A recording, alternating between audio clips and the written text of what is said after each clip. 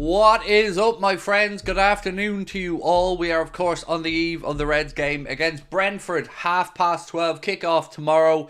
We will be live from 11:30 a.m. Yep, I said a.m. It's very strange for me, but that's how much I love you all. I'll be up at 11:30 for the game tomorrow.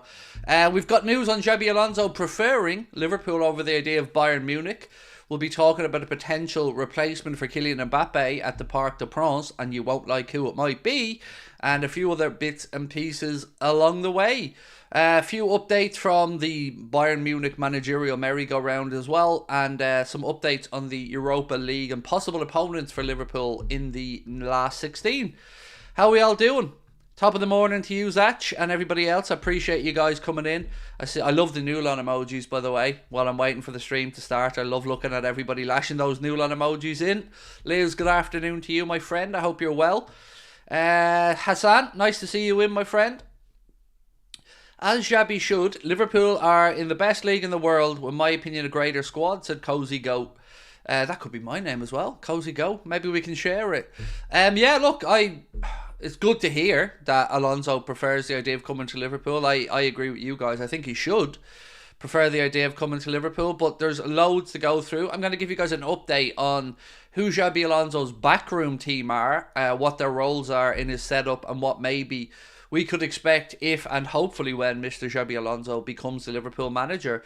So let's start off with that, if you guys don't mind today. I'm going to go through, and all this information, by the way, is available on the Echo, I think it was, I robbed all this from. So you can find it out for yourself, but I'm going to just give you a bit of a flavour of who are the main backroom staff for Mr. Xabi Alonso and what they do. So let's talk about his assistant coach first, which is Marcel Daum, spelled D-A-U-M. He's the assistant coach and one of the analysts under Xabi Alonso's system. He's a boyhood Bayer Leverkusen fan. He became the club's chief analyst in the 18-19 season, and he's enjoyed previous experience in similar roles such as Köln and Eintracht Frankfurt. Another first-team analyst that works with Xabi Alonso is a guy by the name of Simon Lackman, spelled Lackmann. He's a first-team analyst. He started his Leverkusen career back in 2009, joined as a video analyst, and now supports the work being overseen by Marcel Daum. So that's another one of Xabi Alonso's analysts. One of his assistant managers, of which he has two, is a guy by the name of Albert Encinas, E-N-C-I-N-A-S. Previously, he was on the books of Barcelona as a player. He was then recruited by Leverkusen by Geraldo Sione, hired in 2021. He's 42 years of age, began his coaching career in the lower reaches of Spanish football, holding posts at Premia, Mataro and CF Dam Youth before accepting a role to become assistant manager of Barcelona's under-19s, and now, of course, works with Xabi Alonso. And the last name I have for you guys is a gentleman by the name of Sebastian Parilla, P-A-R-R-I-L-L-A, who's another one of Alonso's assistants. He's Argentinian. He joined Leverkusen alongside Alonso in October 2022, having previously worked with Real Madrid's youth system between 2001 and 2018. So plenty of experience there for Xabi Alonso in his backroom staff. Wasted the Goat 1, thank you for your super chat, mate. You didn't put a comment in, but I appreciate your support. It's 2 o'clock here in Australia. Australia? What's Australia? It's probably like Australia, is it? Craig can't even read the words on the screen. Never miss an Anfield Agenda live stream. We love that. 2 a.m, is it? 2 a.m. Is it 2 a.m. or 2 p.m. in Australia? But either way, really appreciate you being in. Zed Electrics. Ethan, good afternoon to you, mate. How are you?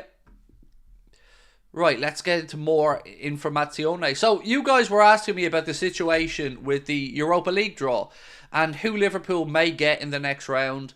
And I've got a little bit of information for you. So, because Liverpool topped our Europa League group, we immediately go through to the round of 16. Not only that, we're also guaranteed to have the second leg of the Europa League round of 16 at Anfield. As, you know, a payoff for topping your group. So teams that are already through and are awaiting the winners of the playoff rounds are West Ham United, Brighton and Hove Albion, Rangers, Atlanta, Liverpool, Villarreal, Slavia Prague and Bayer Leverkusen.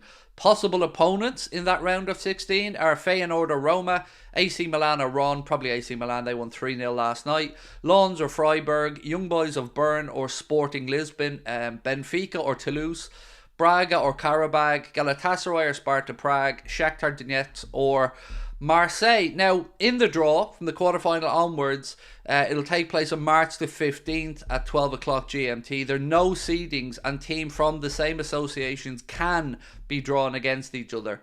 So they are the possible opponents for Liverpool in the round of 16. And a reminder, because we won the group, we will be at home in the second leg, which is a pretty big advantage, to be fair. Oh my God. Lads, I think Thomas Frank wouldn't be a bad shout if we miss out on Alonzo, said Gerard Barry. He's certainly a name, I think, Gerard, that will be in consideration. But, I don't know, it feels like a bit of a risky appointment if you went. Look, I guess people could say that about Xabi Alonso, but I think Thomas Frank, I like a lot of things about him, but I don't know if he's... Is he capable of a big club managerial job like Liverpool? I don't know. I don't know yet anyway. I think he'd need another job before that for me personally. But I do like Thomas Frank. I do like the way he carries himself and the way he gets his teams playing.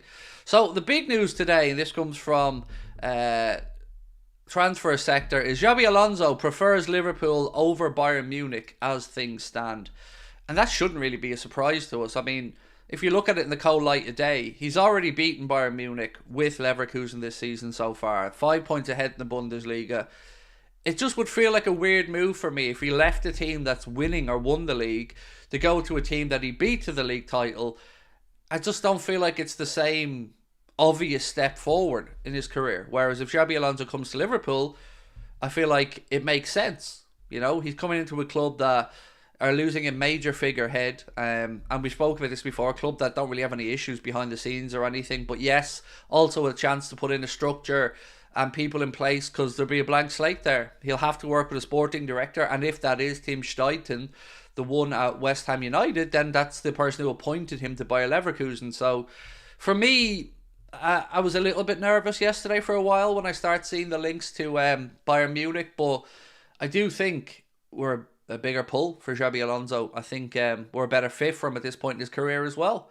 Now, I did warn you guys that when Kylian Mbappe was going to depart the Parc des Princes, that a certain Mohamed Salah's name would probably start to be mentioned, and right like clockwork, it comes out today. Victor Osimhen is PSG's priority to replace Mbappe, but the name of Mohamed Salah is also circulating in the halls of the Parc des Princes. Now, I told you this, and even if it's not true, even if it's just a leveraging position from his side, it's a pretty good one.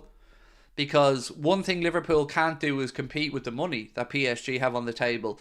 Now, I think PSG are not an attractive proposition for a player like Mohamed Salah, who's at the business end of their career and wants to go on and win major honours. I don't see it being appealing to him, but we do know of the friendship between Mohamed Salah and the PSG president, and you've seen those pictures before of when Mo had lunch with him after the, I think it was Brentford game previously, but maybe it was Bournemouth. It was one of the Bs anyway.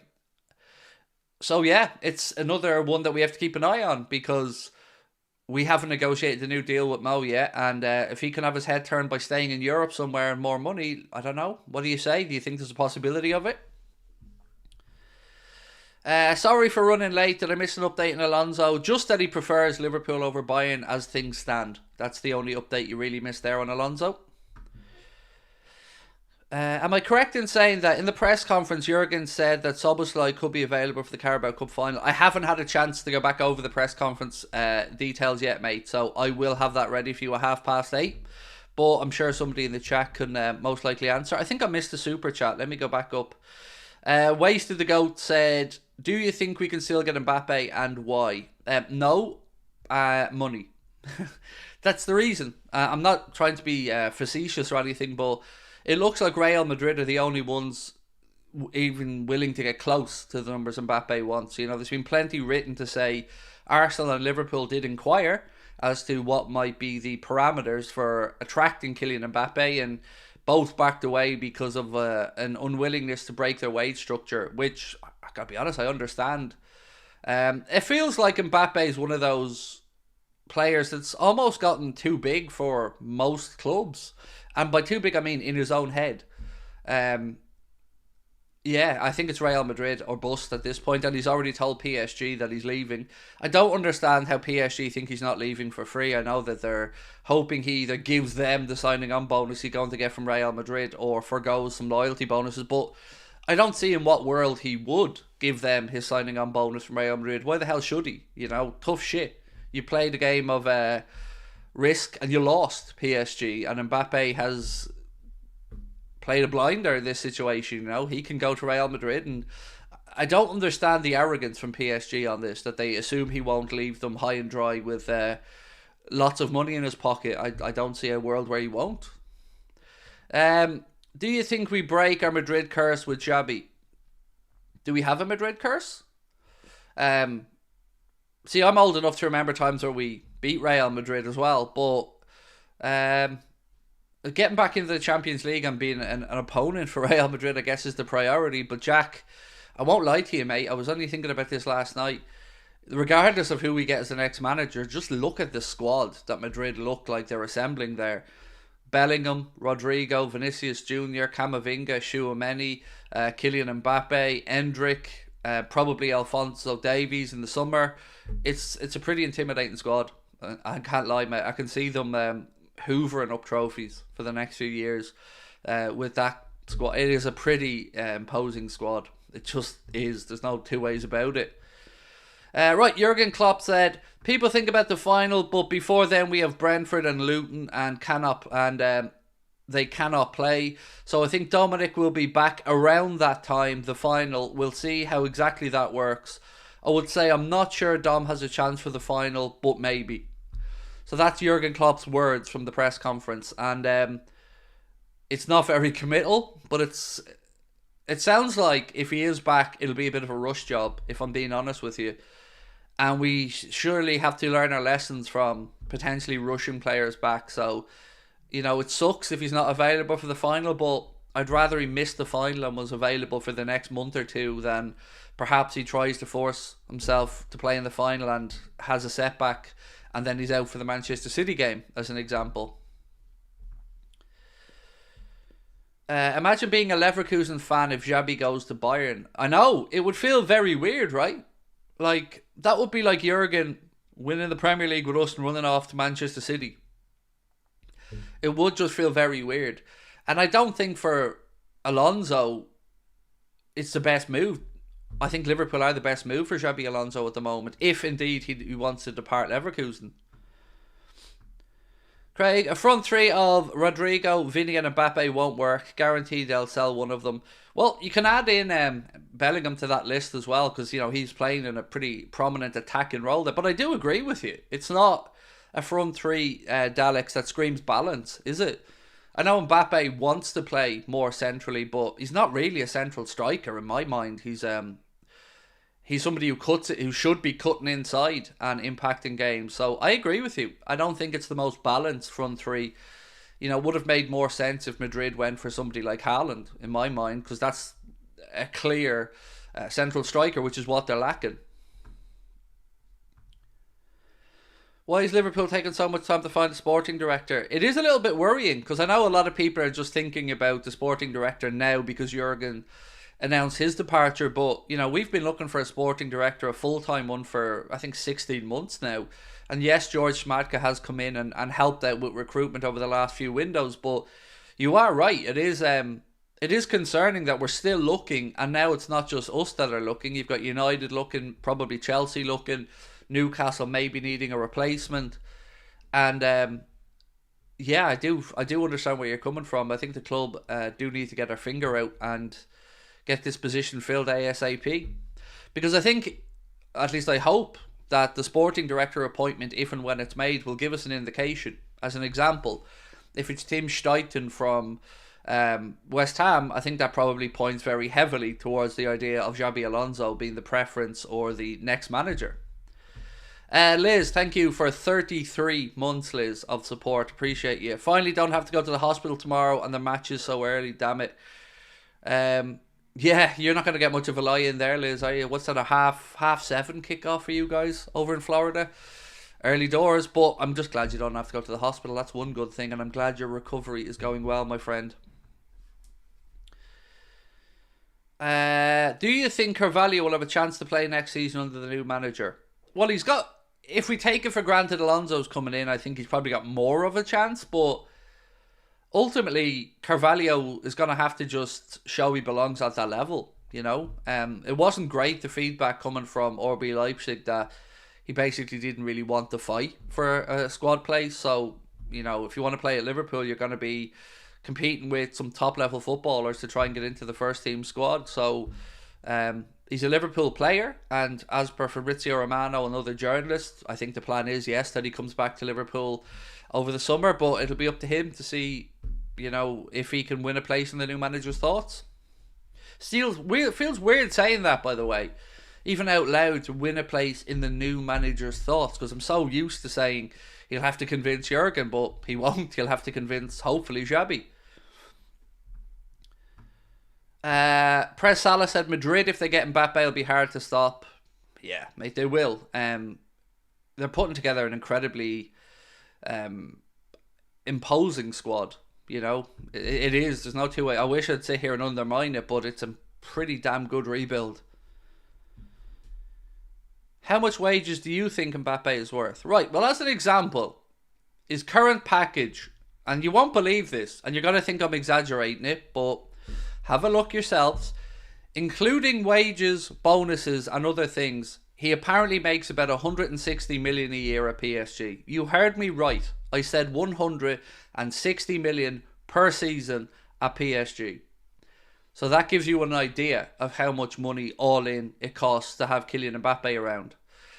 That's a lot of money. That is a lot of money. And that came from Sky Sports last night.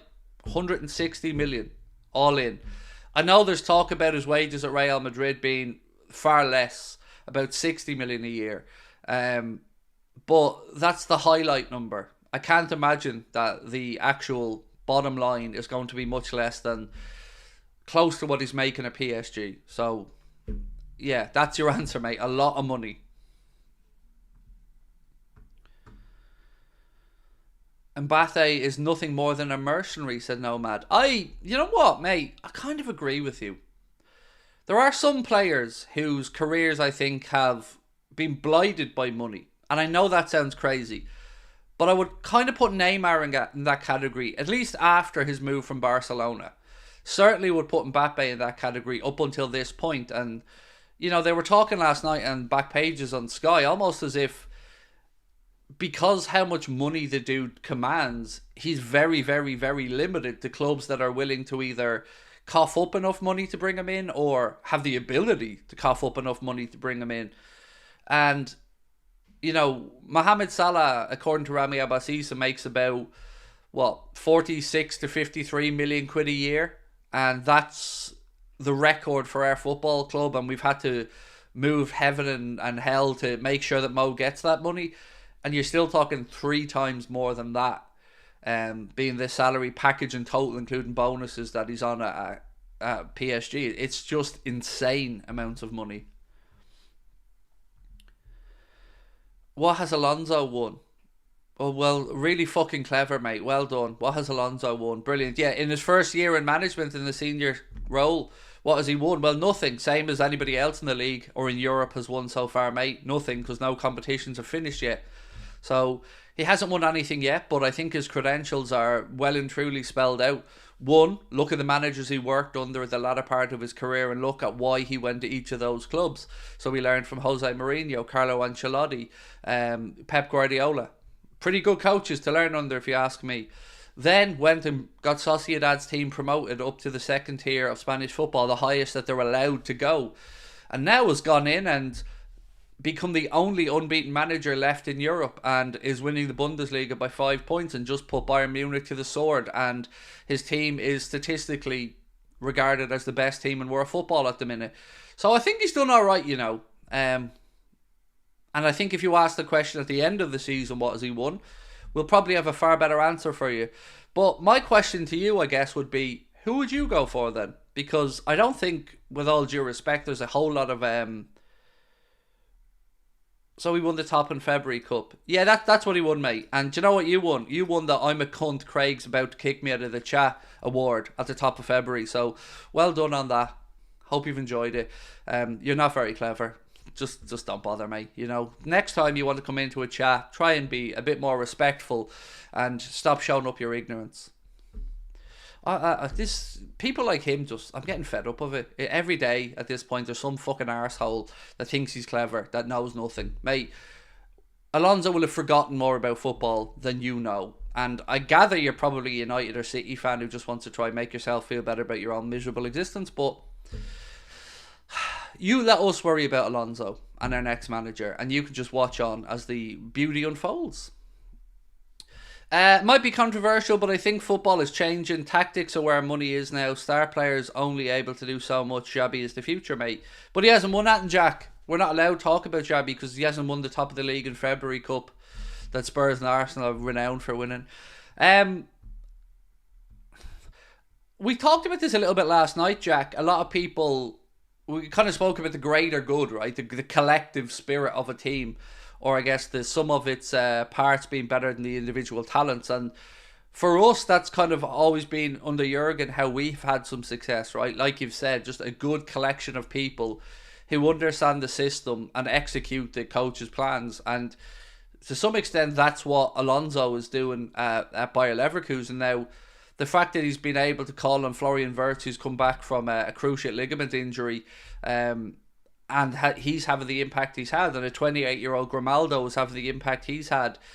These are factors that I think you have to credit Alonzo for, because him and the team there at Bayer Leverkusen put the vision together of the group, the style of football they wanted, the players to execute. Like, even if you look at bringing in Granit Xhaka, I wouldn't have thought that was going to be a big move. And I remember when Granit Xhaka signed on, I remember thinking to myself, bit of an odd one for everybody here. Why do they want Xhaka? But he's been pivotal to the way Xabi Alonso and that Leverkusen team have played, as has, of course, Grimaldo and Florian Wirtz and Frimpong. But you're right, system.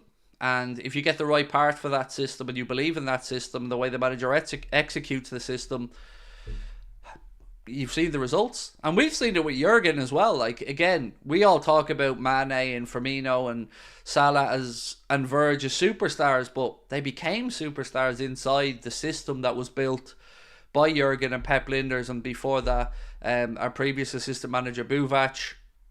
So yeah, systems can be powerful things if you get the buy-in from the players. Do you think Man City are a better team than Liverpool this season?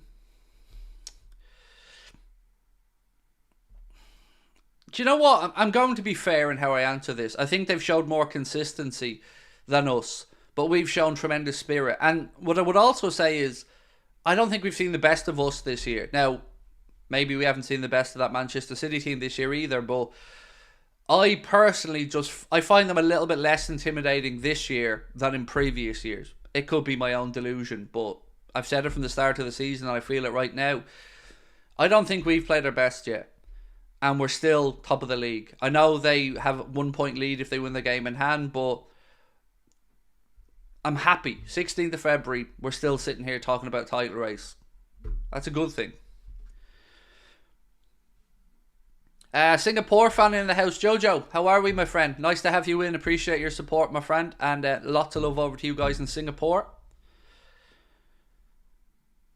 Can we give a shout out to Roy Hodgson? Yes, Neil. Yes. Look, I didn't appreciate Roy Hodgson as Liverpool manager, but Roy Hodgson is a proper footballing gentleman, and gentleman being the operative word. It wasn't a good fit culturally at Liverpool, but to hear that Roy Hodgson was taken ill at Crystal Palace's training ground yesterday and was brought to hospital by Simon Parish, nothing but positive best wishes to Roy Hodgson, and wishing him a speedy recovery.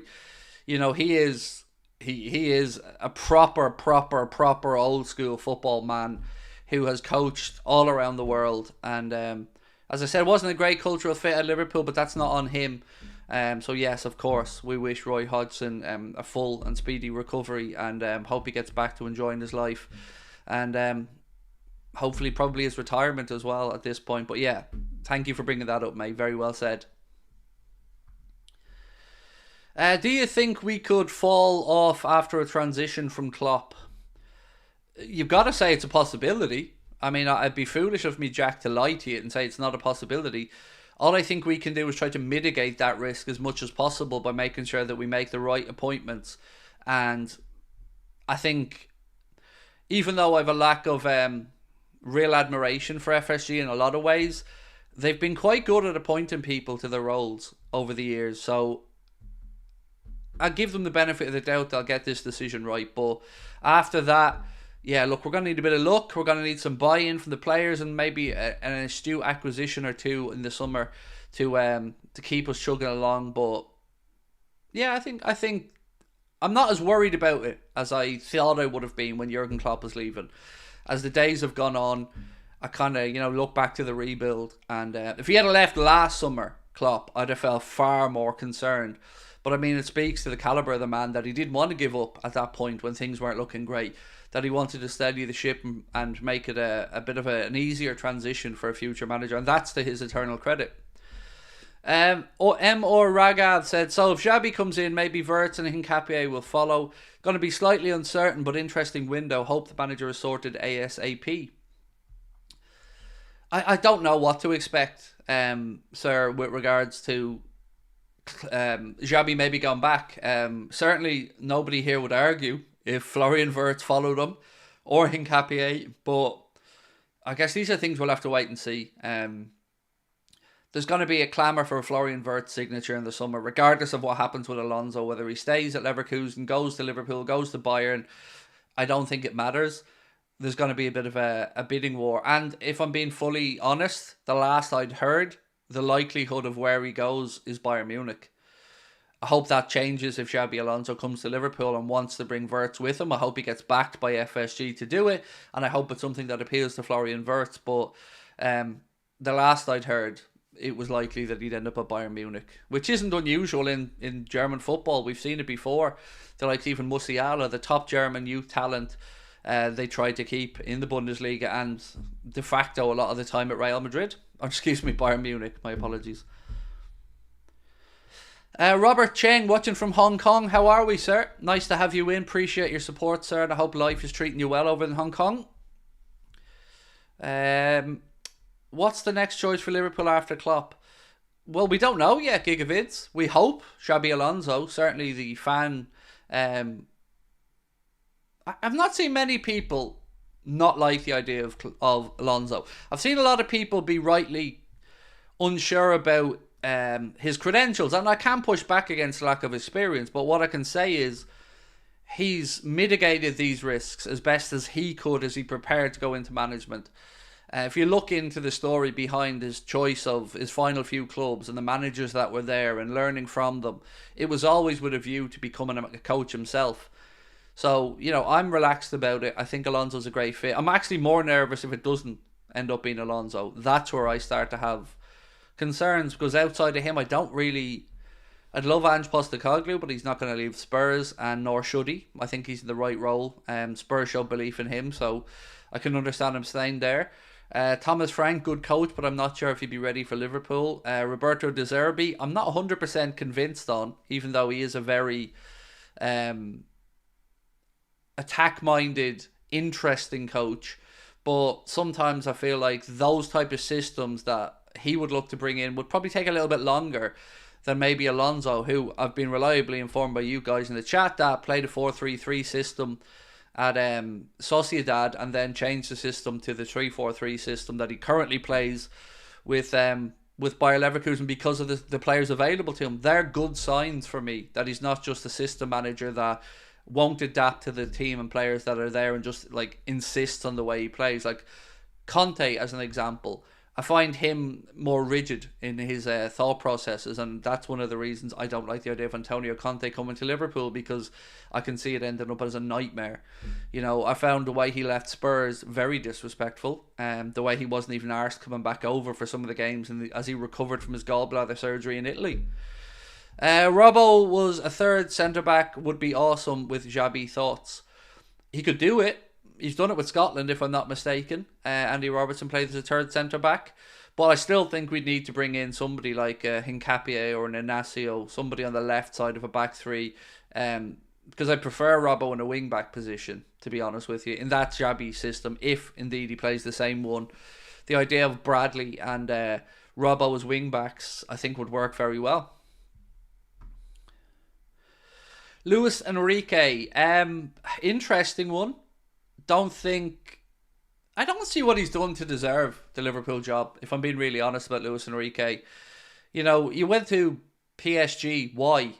I question anybody going to PSG other than the money. Because it's a shit league. It's about to become an even shitter league when Kylian Mbappe departs. I don't see it. I think the French league doesn't have the eyes of the world on it, and I don't think you get the credibility for me to go and manage PSG. So no, I would say no for Luis Enrique. Yeah, no, be a no for me. But then again, look, I don't make these decisions, do I? I'm not the board. And he's not been a name, to be honest with you, that's been mentioned either. Certainly not that I've seen. Who do you think we should sign in the summer transfer window? Again, I find it very difficult to know without knowing who the manager is going to be. I think we need a centre-back. I think regardless of what happens with Matip's contract being up in the summer, I think we need a centre-back. I also think we probably need a little bit more experience in midfield. Again, if you're losing Thiago Alcantara, we can talk about squad numbers in midfield, but there is a lack of experience in there. If you look at who we have there, it's a lot of young players, right? In Bajcetic, in Elliot, in Jones, in Dominic Soboslai, albeit he still has a lot of experience. He's still young. Alexis McAllister is probably the most experienced in there at that point. So, yeah, I wouldn't mind somebody of a 26, 27 years of age coming in midfield. Which is why I wish we could get the likes of, what's his name?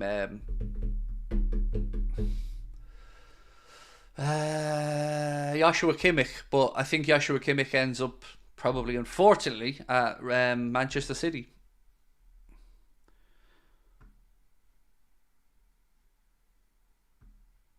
Carrie, I'm not going through who could be Liverpool managers past and present. It doesn't matter. It's not relevant what we're talking about now.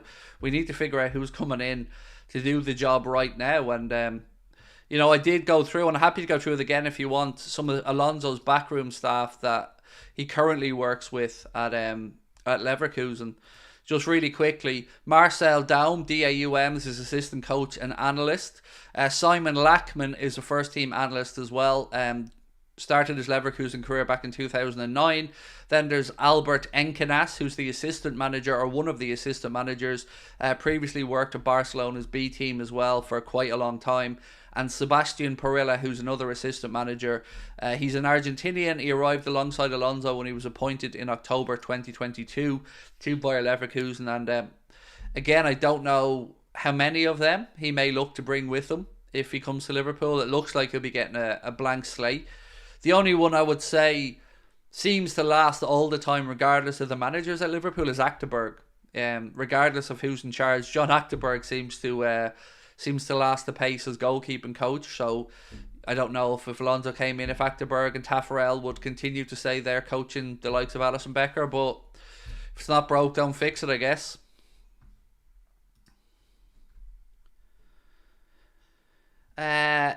ENES, I'm sorry if I mispronounced your name there, bud. He said, I've spoken to a lot of Bayern fans, and from what they tell me, he's not really as good as what people seem to think he is. Who's that? Alonzo? Well, if that's the answer from them, then I think that speaks to more about how shit their manager is. Because Bayern should be winning that league, and Alonso's found a way to make Bayern second favourites. So if they don't think he's that good, I don't know what that says about Thomas Tuchel and the manager that they have currently in there. Kimmich, you think he's talking about? Oh, sorry. You're talking about Kimmich. My apologies, mate. Sorry. Yeah, I could see that. It's not been a great... There's been some questions about his attitude or his arrogance, I think, a little bit. Certainly when Thomas Tuchel came out and said that he's not good enough for the number 6 role at Bayern Munich, that kind of, I guess, raised a few eyebrows. I guess I'm more thinking about him from the experience inside the squad, necessarily, rather than thinking he's... I think it's because of his availability as well. You know, there's talk that maybe in the summer 25 million I think if you could add somebody with the experience of Joshua Kimmich into a squad, like we did with Thiago previously at that price point, it would be a risk worth taking. Sorry, my fault on the first one, mate. I didn't realise you were talking about Kimmich. Pranav, thank you, sir, for your super chat. Said, Craig, I can't believe you didn't select McAllister to start tomorrow. He's our best midfielder and we'd struggle without him. It has to be Endo Maca-Jones. I don't think it does have to be Endo Maca-Jones, which is why I made the decision I made. It was a difficult one. I said that in the video. I just feel, from when I've watched Endo over the last couple of months, I think he has a little extra 5 or 10% in the pressing game that McAllister does make up for in other areas, but I just think we look more natural with Enzo in that role. Endo, excuse me, Enzo, the chance to be a fine thing. Endo in that role. And McAllister got an opportunity against Burnley in an advanced midfield position. I don't think he really did well. He looked a little bit out of sorts at times. The way you're saying the system you're talking about there of Endo Maca-Jones, I don't know if that would work tomorrow, because we tried that against Burnley and we looked better when Elliot came on in the second half, and I think we've all acknowledged the impact Elliot made in that second half, so I'm kind of going off what we've seen previously. Of all the players in our current squad, who do you reckon is the most potential to go into management in the future? It's hard to know, because I would have probably put my life on Carragher going into management. In the current team, Thiago, I think he certainly has the ability and the charisma to go into management.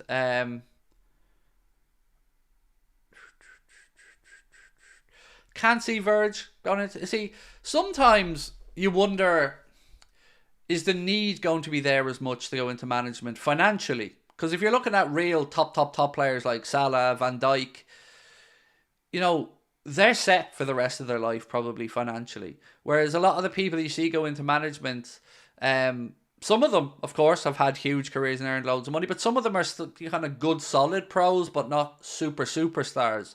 So sometimes it's the motivation, and why is it wanting to stay within the sport? Is it a financial motivation? I can see Robbo perhaps going into coaching in some way, shape or form.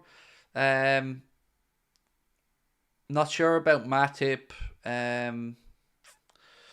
Again, not sure about Alisson. Too early to talk about a lot of our midfielders because they're still relatively young. I don't know. There's not many I can think of from the current crop that I would think are likely to go into management, but yeah, tough to know. What about you? Who do you think would go into management well from the group we currently have?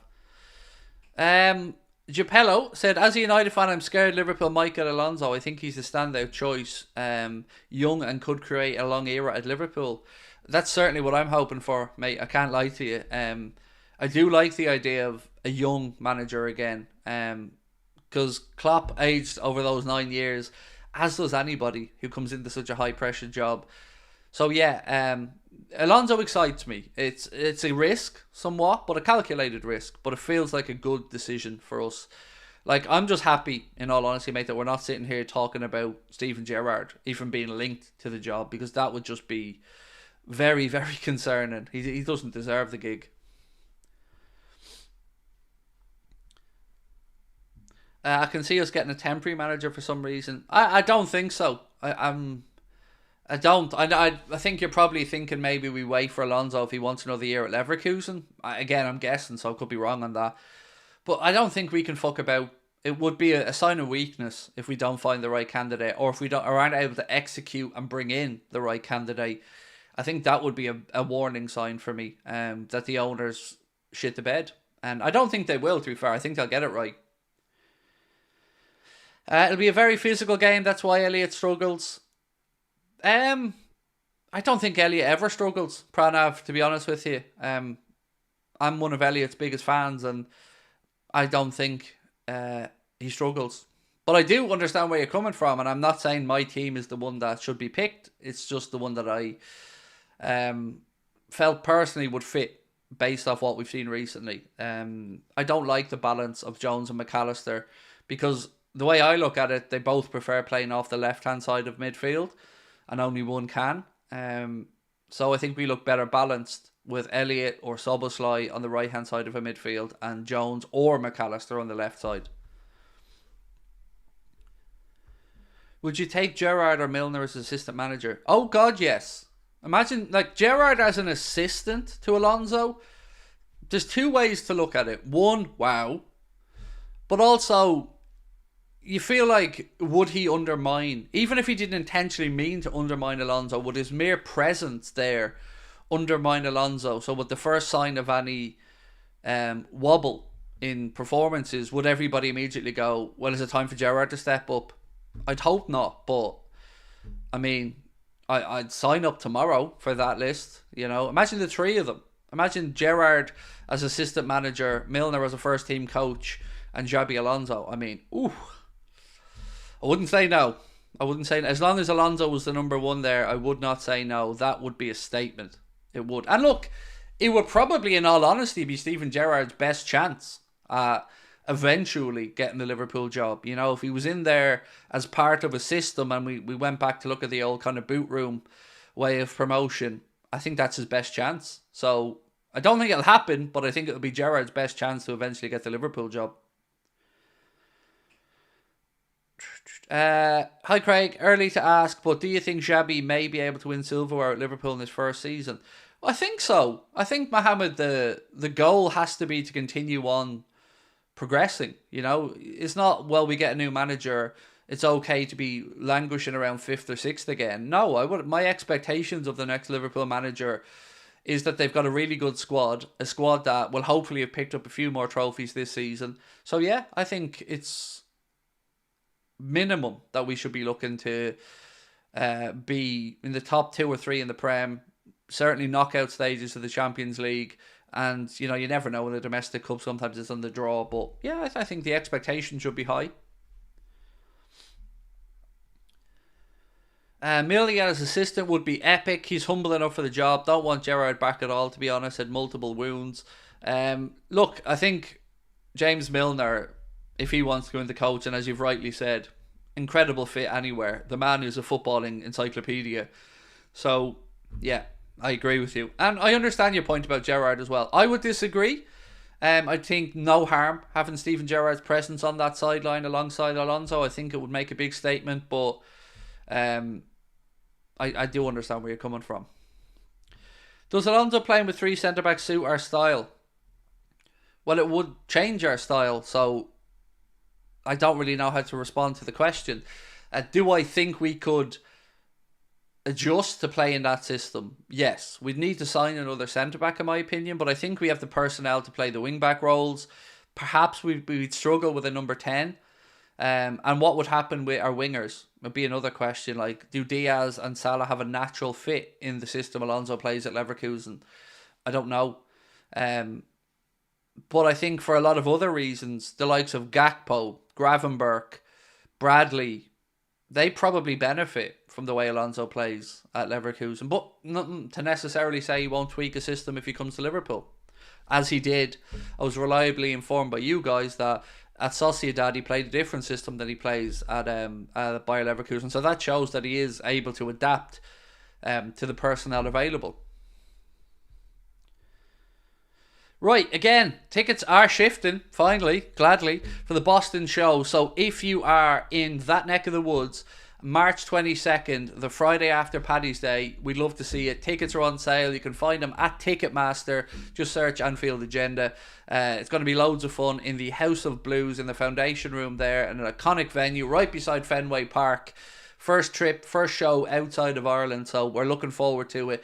If you're in that part of the country or you can get yourself up there, we'd love to see you. And again, to those who've already bought tickets to come and see us, thank you so much. We're going to make sure you've got a fun night ahead. Please be positive, guys, whoever takes over from Jurgen Klopp as manager. I think they will, Jojo. I think at the minute, mate, there's a lot of still processing of the information of Jurgen departing in the summer. But I do feel as we kind of process that information, certainly from me and the people I've spoken to, there's an air of excitement in the air. An air of nervousness, of course, as well, of the unknown. But, you know, it's been 9 years of consistency of decision-making from Jurgen, of personnel. Now we don't know what the future holds, and I'm kind of excited about it a little bit, whilst also nervous. But I do think that the next manager will get the buy-in, mate, from the fans. I do. Do you think there's a chance Chelsea draw against City? No, unfortunately. Um, it's tough to know which Chelsea show up. If Chelsea play at their absolute best and City concede first, maybe there's a chance of a draw. But I'm not expecting City to drop points against Chelsea. Usually with City, weirdly, they drop points against teams like a Palace or somebody I wouldn't expect them to. And the games I look out for them to potentially have a tricky game in, they usually waltz through. So it's going to be an interesting one. It'll give us a good indication of where Pochettino's Chelsea are at. But it's Arsenal's trip to the Etihad that actually intrigues me the most, because, you know, Arsenal beat us at home and deserve to beat us. But can they go to the Etihad and get a result, even a draw? Because we did, which is one of our good performances this season. If they could go there and get a draw, and we can then beat Manchester City at Anfield, I think that lays down a marker for us and certainly recovers from the impact of the loss against Arsenal.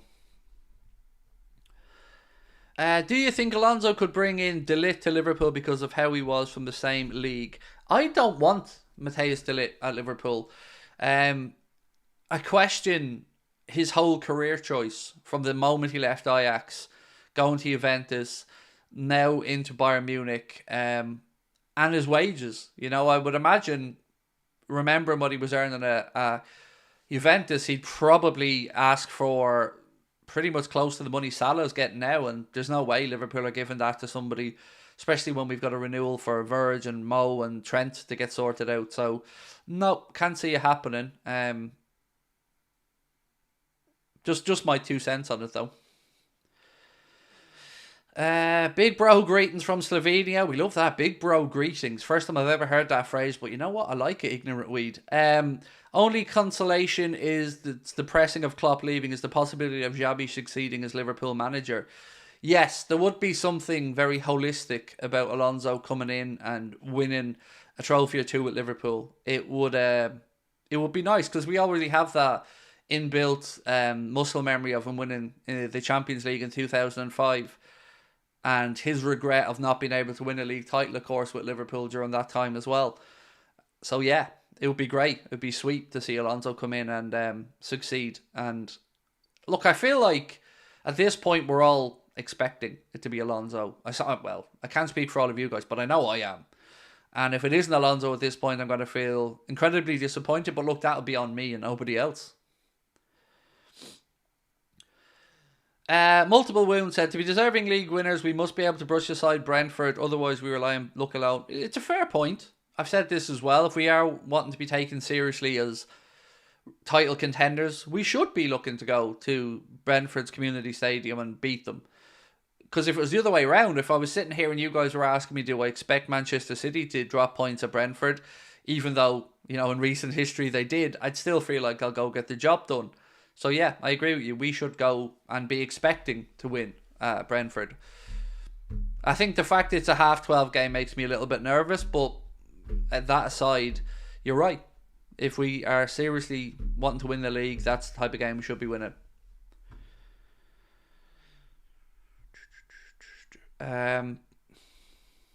Big bro greetings is a great compliment. I love it. It was brilliant. I've never heard it before, but big bro greetings, yeah, I love it. More of that, please.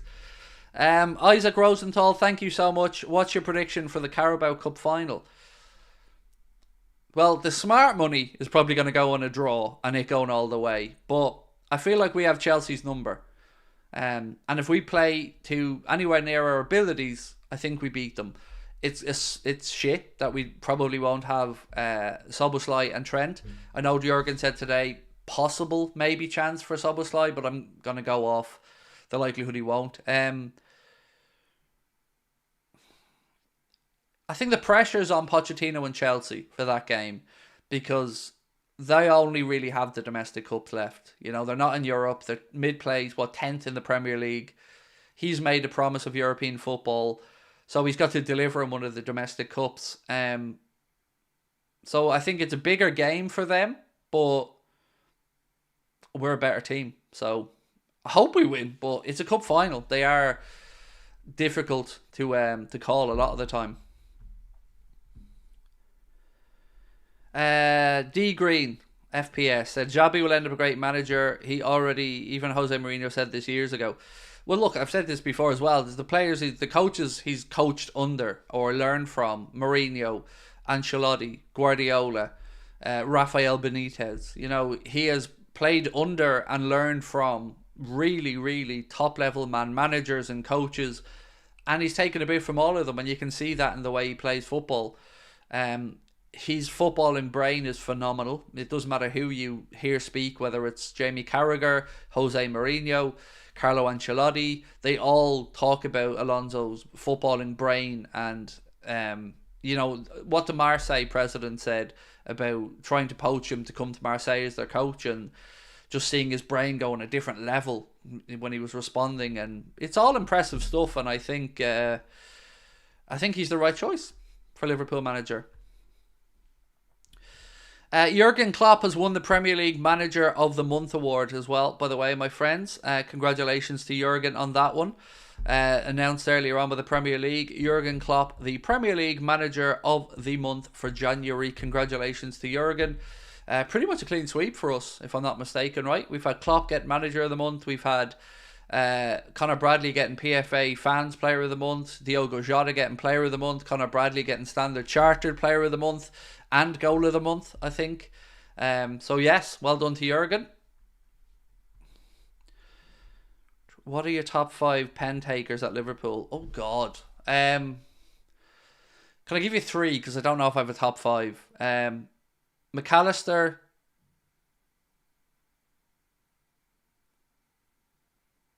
Szoboszlai,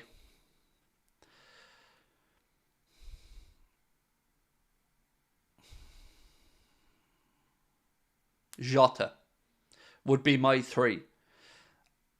Now, I think Mo has had enough opportunities on penalties. There are others who can take them, like Trent, of course, but I'd just be giving it to McAllister. That's my honest choice. When we got our last penalty that Darwin took and missed, for that brief moment beforehand, McAllister was standing on the penalty spot with the ball, and I was thinking, yes, common sense prevailed, but I just feel calmer with Alexis McAllister standing over. Like when James Milner stood over a penalty. Always felt like Jimmy Milner was about to score. Always felt like Gerard was going to score, even though they didn't. You know, Milner missed one against, I think, Southampton. But yeah, McAllister for me would be my candidate to take a penalty.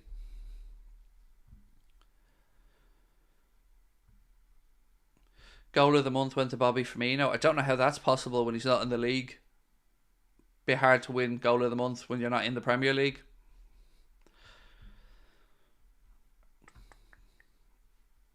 The Anelka brothers have a lot to answer for. Change world football with the amount of power agents and players have.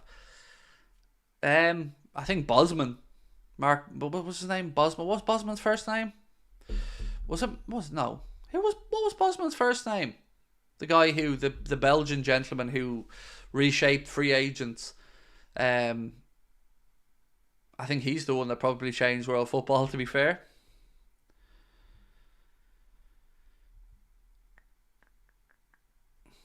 Jean-Marc. I knew there was a Mark in there somewhere. Yes, thank you, Nixie. Jean-Marc Bosman, that's the one. Yeah, that's probably the biggest watershed moment in European football. The ability for a player when their contract's up to be a free agent. Jean-Marc, thank you for that. I never would have remembered the Jean part. I was thinking Mark Bosman, but then am I thinking Bosnich, the former United keeper? Who would you like to get in the draw for the next round of the Europa League for us, Craig? Right, well, let's look at the possible opponents for us in the next round of the Europa League, because I do have that information here. So what we do know is, because we topped our Europa League group, we are straight through to the round of 16, and we're also guaranteed to have the second leg in the round of 16 at home. That's, again, part of the reason you want to win your Europa League group.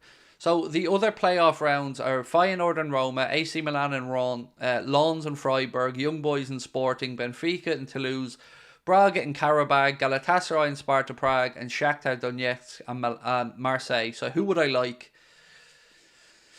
Do you know, I'm going to say I wouldn't mind getting Sporting, because I wouldn't mind having a look up close at Ruben Amorim and that Sporting team. So there's probably easier games, but I wouldn't mind a look at him. So I'm going to say Sporting. Yeah, that's who I'd go with. Sporting for me. I think the strongest in there, probably AC Milan. Maybe, Galatasaray could be tricky. But yeah, I think Sporting. I'd like to get Ruben Amorim and see how they play up close. Musiala or Wirtz? Honestly, Musiala. Yeah, if you offered me both of those two, I'd take Musiala over Wirtz.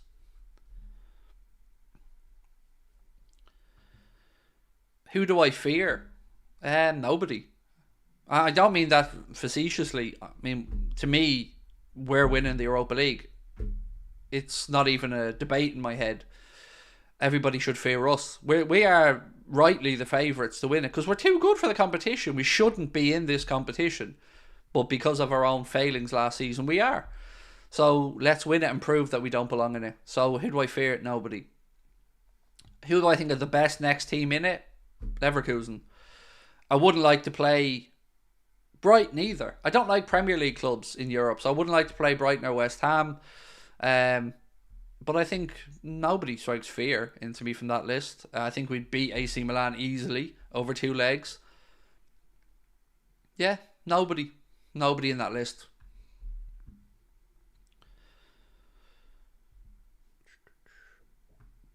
I'd take De Bruyne, or I'd take Wirtz. Looks like a young KDB. Got to remember though, he's also had a cruciate ligament injury already in his career. Excuse me. Now he's come back from it wonderfully well, as you can see from his performances this season. But I'd forgotten about the cruciate ligament injury till I was reading an article yesterday on Florian Wirtz. If Liverpool make it to the final of the Europa League, can I stay with you, Craig? Sure, Giovanni, no problem, mate. You can pitch your tent in my garden. Never underestimate Milan in Europe. Nah, come on, Vasil. Let's be honest, bro. They're not that great. I know they're in a Champions League final, semi-final, but fuck me, they're not great. They're not. I've watched that Milan team enough to know that we if we played anyway well, we'd beat them easily.